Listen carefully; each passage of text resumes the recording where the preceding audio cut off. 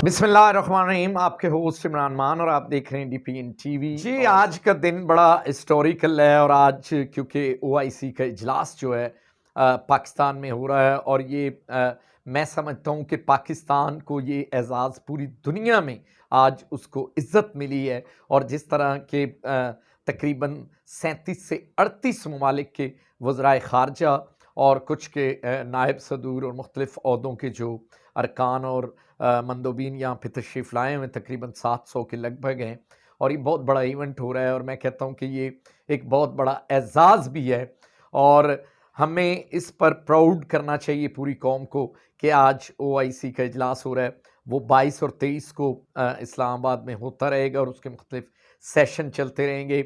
आज उसमें सबसे जो अहम बात है वो है हमारे प्राइम मिनिस्टर इमरान खान की स्पीच और बड़ी दबंग किस्म की उन्होंने स्पीच की है और दोबारा इस्लामोफोबिया पर भी उन्होंने बात की और फिर उन्होंने ये मैसेज कन्वे किया है कि जो दीन इस्लाम है वो जनाब मोहम्मद सल्लल्लाहु अलैहि वसल्लम का है और वो अमन का दीन है, वो भाईचारे का दीन है और वो किसी भी हम दहशतगर्दी में मुलविस नहीं है।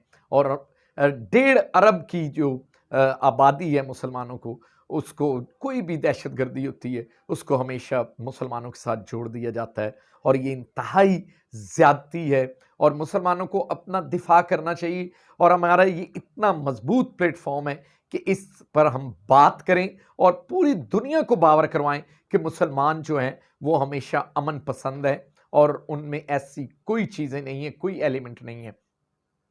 उसके बाद उन्होंने कश्मीर और फ़लस्तीन का भी कहा कि देखें हमें इन पर काम करना चाहिए था और हम इनसे मायूस किया है हमें ओआईसी ने और हम इस पर काम नहीं कर सके और कश्मीर के साथ हम पूरी तरह और फ़लस्तीन के साथ उनको जो है उनके हक और हकूक़ नहीं मिल रहे। ये भी बहुत बड़ी उनकी बात थी और मैं समझता हूँ कि इस्लामोफोबिया पर भी दोबारा इमरान खान ने जो डिलीवर किया है और पूरे उन्होंने कहा है कि हमें चाहिए कि हम स्टैंड करें और हम ये मुल्क जो हैं सारे मिल के इस्लामिक इस तरह का अपना दिफा किया करें कि हमें दो तरह से तकसीम कर दिया जाता है, कभी इत्दाल पसंद बना दिया जाता है और कभी हमें मुख्तलिफ धारों में बांट दिया जाता है। तो ये नहीं होना चाहिए, हमें एक नज़र से देखना चाहिए और मुसलमानों को हमेशा जो है हमारे दीन ने और हमें हमारे पैगम्बर मुस्तफ़ा ने हमेशा ये पैगाम दिया है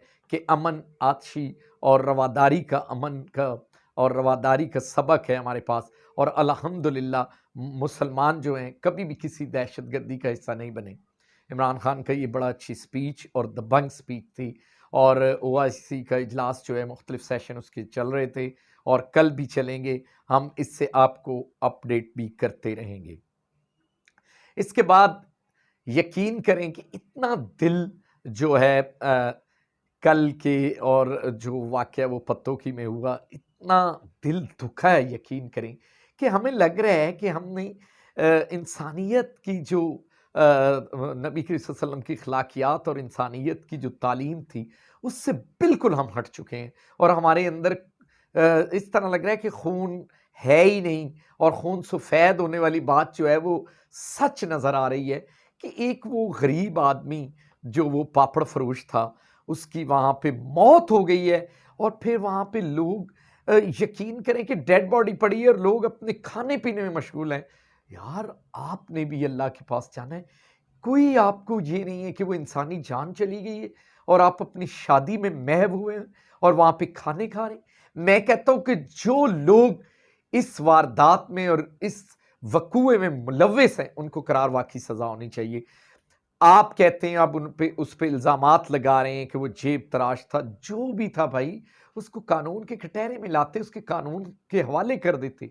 आपको क्या ज़रूरत थी कि इतना तशद्दुद किया है कि वो मर गया और मरने के बाद आपने उसे मौत तो दे दी, उसके बाद आपकी बेहिसी है कि आप वहीं पे खाने खा रहे हैं।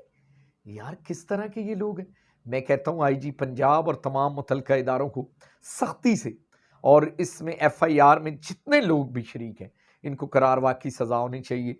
ये हम अभी जो है गुजरांवाला और वो फैक्ट्री का वाक़या नहीं भूले और आज फिर ये वाक़या हो गया। किस तरह से यहाँ पे ये वाक़यात हो रहे हैं, इनको रुकना चाहिए। कभी वो श्रीलंका का था, आज ये अपना ही मुसलमान आपने मार दिया है। इंसान सब बराबर हैं और इंसानियत की कदर करें और इस तरह के घिनौने अमल करने वालों को करारवा की सज़ा होनी चाहिए और हम उस फैमिली के साथ खड़े हैं और उसके लिए हमेशा आवाज़ भी उठाते रहेंगे।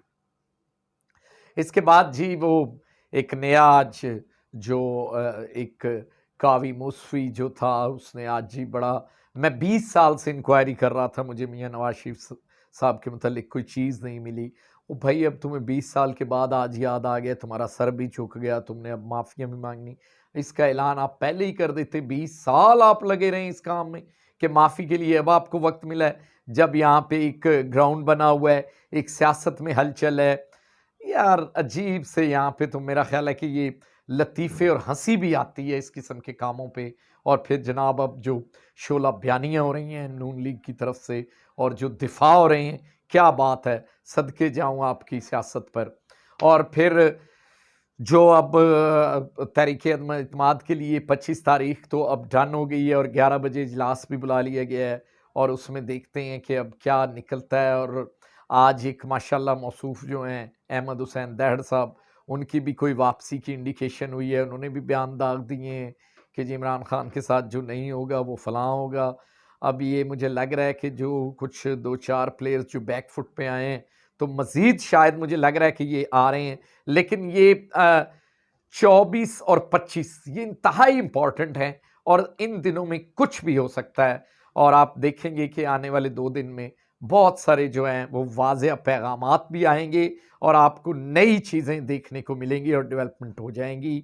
आखिर में मेरा मैसेज कि हमेशा पाक फ़ौज के साथ खड़े रहें, उनके शाना बशाना रहें और मुल्क की तरफ कोई भी मैली आँख उठती है, उसे फोड़ दें और पाक आर्मी के बाजू बने, पाक आर्मी के साथ रहें और हमारे फैसलाबाद में भी अल्लाह पाक जो है खुशहाली और अमन करे। पाकिस्तान ज़िंदाबाद।